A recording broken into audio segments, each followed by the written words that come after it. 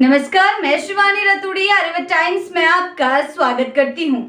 RJD प्रमुख लालू प्रसाद यादव की बेटी रोहिणी आचार्य एक बार फिर सुर्खियों में है और इस बार वजह है उनका आक्रामक और बेबाक जवाब जो उन्होंने सोशल मीडिया पर अपने विरोधियों को दिया है। दरअसल हाल ही में कुछ लोगों ने यह दावा किया कि रोहिणी द्वारा अपने पिता को दी गई किडनी की बात एक राजनीतिक नाटक थी और ये पूरा मामला झूठा है। इस दावे के बाद रोहिणी आचार्य ने न सिर्फ तीखा पलटवार किया बल्कि खुली चुनौती देते हुए कहा कि अगर ये साबित कर दें कि उन्हें कोई किडनी नहीं दी या इसके बदले में कोई मांग रखी थी तो वह राजनीति और सार्वजनिक जीवन से खुद को हमेशा के लिए अलग कर लेंगी। बुधवार को दिए गए उनके एक लंबे पोस्ट में रोहिणी आचार्य ने बिना शब्दों को तोड़े सीधे सीधे उन लोगों पर निशाना साधा जो उनके खिलाफ दुष्प्रचार कर रहे हैं। उन्होंने लिखा, मेरी खुली चुनौती है सभी गंदी सोच रखने वालों और ऐसे लोगों को शह दे रहे तमाम लोगों को कि कोई अगर ये साबित कर दे कि मैंने अपने या किसी और के लिए कोई भी मांग कर किसी के पास रखी और अपने आदरणीय पिता को मेरे जरिए अपनी किडनी दिया जाना झूठ है तो मैं न केवल सार्वजनिक जीवन से हट जाऊंगी बल्कि खुद को राजनीतिक तौर पर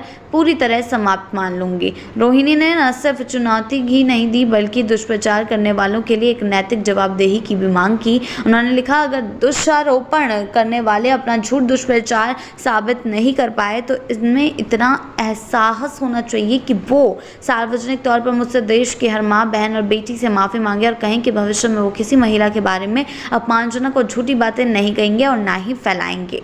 ठीक है, ये बयान उस वक्त आया है जब लालू प्रसाद यादव के परिवार में अंदरूनी खींचतान की खबरें सुर्खियों में हैं।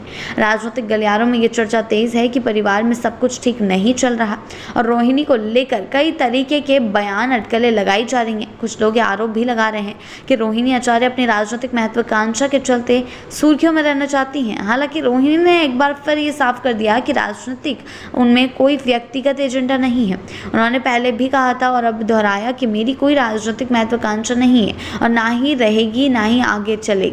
मुझे विधानसभा का प्रत्याशी नहीं बनना, ना किसी को राज्यसभा या विधानसभा का प्रत्याशी बनवाना है, ना ही परिवार के किसी भी सदस्य से मेरी किसी भी प्रकार की प्रतिद्वंदिता है और ना ही पार्टी या भविष्य में बनने वाली किसी भी सरकार में किसी पद की कोई लालसा है।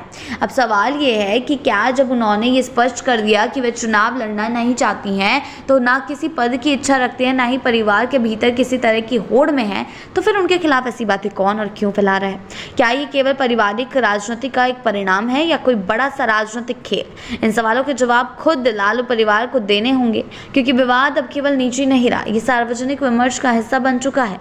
रोहिणी आचार्य की ओर से आई ये चुनौती केवल उनके सम्मान की रक्षा के लिए नहीं बल्कि उन तमाम महिलाओं के लिए दी जा रही है जिनके खिलाफ झूठे विमर्श फैलाए जाते हैं और ये चोट रोहिणी आचार्य ने ली है। उनका कहना है कि मुझसे माफ़ी मांगनी होगी कि अगर सही सबूतों के साथ वो पेश नहीं आए, सामने नहीं आए तो उन्हें उसके लिए उनसे माफ़ी मांगनी होगी।